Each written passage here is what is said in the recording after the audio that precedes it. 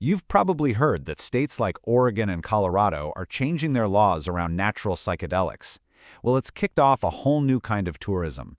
But we're not talking about your typical vacation here. People are crossing state lines for a totally different kind of trip.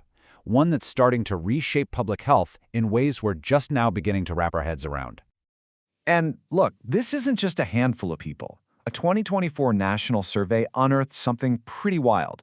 Almost one-third of recent psychedelic users are actually traveling out of their home state to do it. That's 32.3%. That is a massive and really sudden shift in how people are behaving. So, it really begs the question, who are these travelers? Are they just looking for a good time, or is there something much deeper going on that's motivating these journeys? Well, the data gives us some pretty surprising answers. So, how do we know all this? Well, this isn't just a guess. This is the result of a really thorough national investigation that literally mapped out this new psychedelic journey.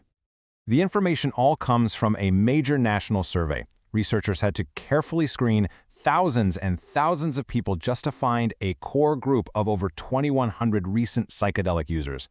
So that gives us a really solid foundation for what they discovered. And what you can see in these maps is that this is a truly nationwide pattern. People are heading to places like Oregon and Colorado from all over the country, with huge numbers coming from big states like California, Texas, and New York. This isn't just a little local trend, this is an American one. Okay, so we know that people are traveling, but the real story, the really interesting part, is who is traveling. The study shows this huge difference when you compare these psychedelic tourists with the folks who just use it home. And right here, this is the key. The travelers are just different. They are way more likely to already have a mental health diagnosis. We're talking over 73% of them, compared to about 52% of non-travelers. And on top of that, they're much more likely to be dealing with moderate to severe symptoms of anxiety or depression right now. This chart really tells the whole story, breaking down the why and the where. Now sure, both groups say fun is one reason, but just look at the massive gaps everywhere else. Travelers are so much more likely to be treating specific medical symptoms, and they're doing it in really structured places like healing centers or retreats. For so many of them, this is not just recreational. It is a mission to get better. And this is where the story takes a really sharp turn, because this journey for healing, which is being taken by some of the most vulnerable people, it has this deep and pretty alarming paradox at its core. You see, on one hand, the travelers themselves report incredible results. A much higher percentage of them say they experienced personal growth and big improvements in their mental and even their physical health because of their psychedelic use.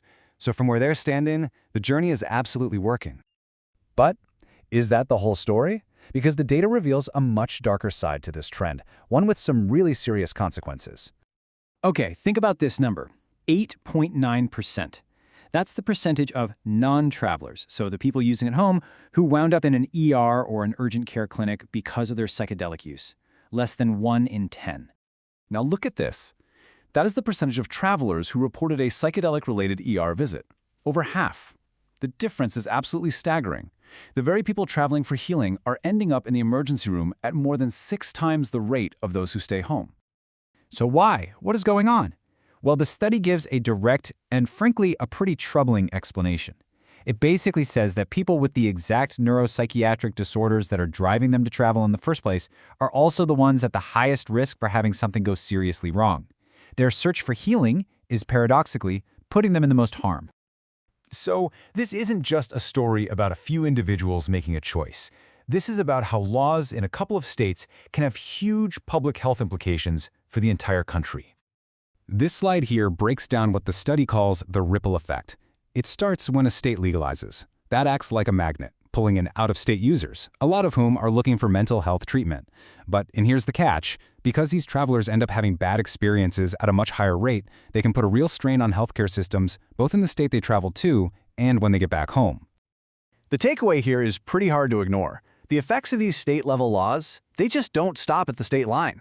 A policy decision that's made in Denver can have a direct, real-world impact on an emergency room in Dallas or New York City. And that leaves us with a really critical question. We are seeing this powerful, very human drive for healing. But as this research clearly shows, that journey can be filled with very, very real risks. The challenge for all of us, as these laws keep changing, is to figure out how do we support that pursuit of healing without fueling the risk of harm.